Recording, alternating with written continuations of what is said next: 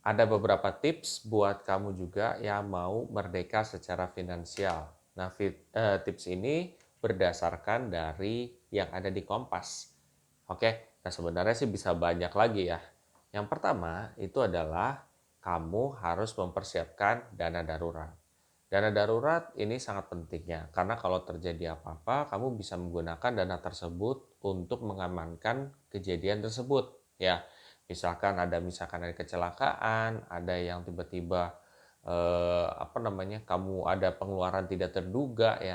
Entah kamu harus bayar apa nih, bayar buku, uang sekolah atau apa itu juga bisa sebenarnya. Itu dana darurat. Kedua, itu adalah kamu punya aset. Nah, jadi ketika kamu misalkan ada rezeki ataupun ada duit, belilah barang-barang yang seiring dengan berjalannya waktu itu dia valuasinya naik ya. Misalkan contohnya seperti emas ya. Kamu bisa punya kebiasaan memiliki aset berupa emas juga ya. Entah emas batangan ataupun perhiasan. Tapi batangan sih yang lebih kualitas harganya tetap terjaga ya gitu. Nah, itu kamu punya karena seiring dengan berjalannya waktu walaupun ada mungkin penurunan tapi rata-rata dia naik. Bisa juga rumah dan lain sebagainya. Ketiga, itu kamu bisa punya asuransi kesehatan. Asuransi kesehatan ini sebenarnya sangat penting ya, karena kamu kan juga nggak mau kalau misalkan kamu sakit terus kamu pakai duit investasi kamu atau duit tabungan kamu. Nah, jadinya kamu harus punya asuransi kesehatan. Asuransi kesehatan itu bakal meminimalisir pengeluaran kamu juga ya. Jadi kalau tiba-tiba kamu sakit, maka kamu kan harus ke rumah sakit dan bayar. Nah, kalau kamu punya asuransi kesehatan tersebut, maka kamu bisa jadi nggak perlu bayar ataupun bayar dikit doang. Oke? Lalu yang terakhir itu adalah asuransi jiwa. Asuransi jiwa itu sangat penting kita punyai karena kalau kita punya asuransi jiwa, maka kalau terjadi apa-apa sama kita sebagai pencari nafkah, uang pertanggungannya itu bakal turun ke kamu atau ke keluarga kamu gitu ya.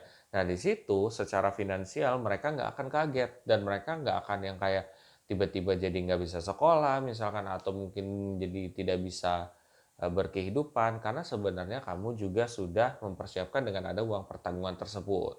Gitu teman-teman. Itu adalah 4 tips yang ada di Kompas juga. Cuman kalau saya pribadi akan nambahin satu tips lagi yaitu dana pensiun.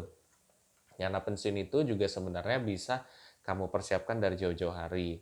Supaya apa? Supaya ketika kamu usianya tua nanti kamu tidak akan membutuhkan bantuan dari anak secara pasti juga gitu. Karena memang walaupun tugas seorang anak adalah menolong, tapi balik lagi karena kan dia akan berkeluarga, dia akan ya banyak hal yang akan dilakukan juga. Kalau kita punya dana pensiun, maka kita akan minimalisir adanya sandwich generation. Ketika itu terjadi, maka ya finansial ke depannya juga akan lebih teratur dan generasi ke bawah harusnya akan lebih bagus secara finansial.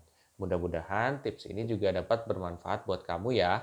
Apabila setelah ini kamu merasa video ini sangat bermanfaat, coba kamu share aja ke teman-teman atau sanak saudara kamu yang lain, ya di sosial media tentunya ya. Lalu apabila kamu ingin bertanya atau kamu punya pertanyaan, coba aja cek di kolom deskripsi di bawah ini. Nah, nanti saya juga siap kok untuk menjawab pertanyaan-pertanyaan kamu ini. Sampai jumpa.